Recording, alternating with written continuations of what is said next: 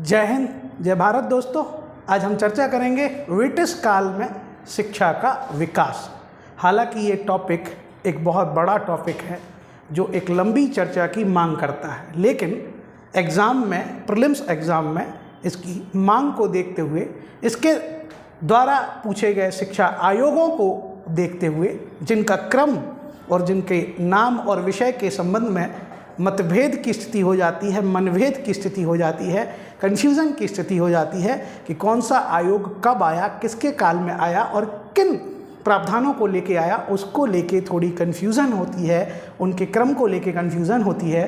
तो उस समस्या के समाधान के लिए हमने ये एक फार्मूला ईजाद किया और वो फार्मूला आपको हम देने जा रहे हैं। हालांकि भारत में ब्रिटिश शिक्षा की शुरुआत बहुत पहले से हो जाती है। 1813 के एक्ट से वो 1 लाख रुपए शिक्षा के प्रावधान के लिए, शिक्षा के लिए कर देते हैं। उसके बाद लॉर्ड विलियम बेंटिंग के काल में मैकाले की अध्यक्षता में भाषा संबंधी आयोग का गठन होता है और लॉर्ड मैकाले भारत में अंग्रेजी माध्यम में शिक्षा की वकालत करते हैं। हालांकि भारत में ब्रिटिश या आधुनिक शिक्षा का जनक हमने चार्ल्स ग्रांट को लिखा है और ये प्रश्न भी आगे आ सकता है कि भारत में आधुनिक शिक्षा या ब्रिटिश शिक्षा या अंग्रेजी शिक्षा के जनक किसको कहा जाता है, तो वो आंसर आएगा चार्ल्स ग्रांट, ना कि लॉर्ड मैकाले। अब आते हैं हम आयोगों पर।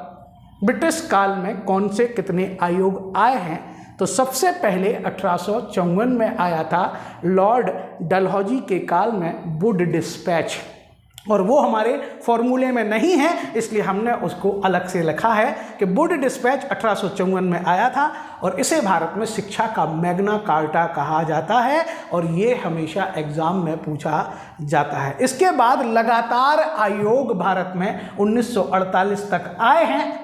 1948 तक लगातार भारत में शिक्षा संबंधी सुधार के लिए आयोग गठित किए गए हैं। उनके क्रम में थोड़ी सी दिक्कत होती है, तो उस क्रम को हम एक फॉर्मूले से पढ़ते हैं और वो फॉर्मूला हमारा है हटा से हरदा सारा कोरा। आपको एक लाइन याद करनी है, हटा से हरदा सारा कोरा। मान लेना कोई जगह है हटा से हरदा, जो मध्य प्रदेश में है हरदा, हटा से हरदा सारा कोरा, हटा से हरदा सारा कोरा। अगर इस फॉर्मूले में आप लगाएंगे तो सारे आयोग आते जाएंगे। जैसे हमने लगाया हटा से हरदा सारा कोरा में, हटा का अर्थ है हंटर आयोग। ये हाफ और हंटर आयोग आया था 1882 में लॉर्ड रिपन के काल में, जो प्राथमिक शिक्षा से संबंधित था।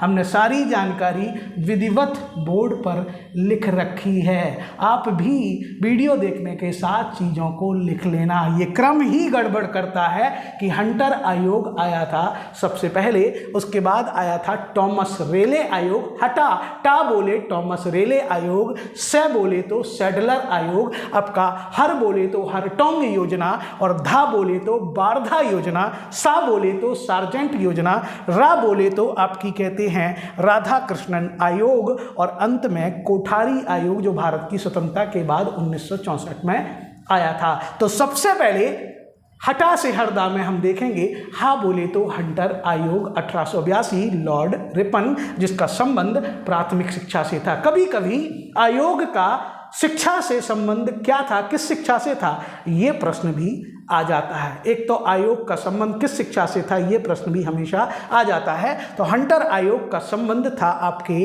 प्राथमिक शिक्षा से। दोस्तों कंफ्यूज नहीं होना, एक हंटर कमीशन भी है, एक हंटर कमीशन भी है इतिहास में, जो जलियांवाला बाग कांड की जांच के लिए था। ध्यान रखना, हंटर आयोग शिक्षा से संबंधित है और हंटर कमीशन जलियांवाला बाग कांड की जांच के लिए भी गठित हुआ था। फिर आ जाता है टॉमस रेले आयोग। ये 1903 में लॉर्ड कर्जन के काल में गठित हुआ था और इसका संबंध विश्वविद्यालय की शिक्षा से था।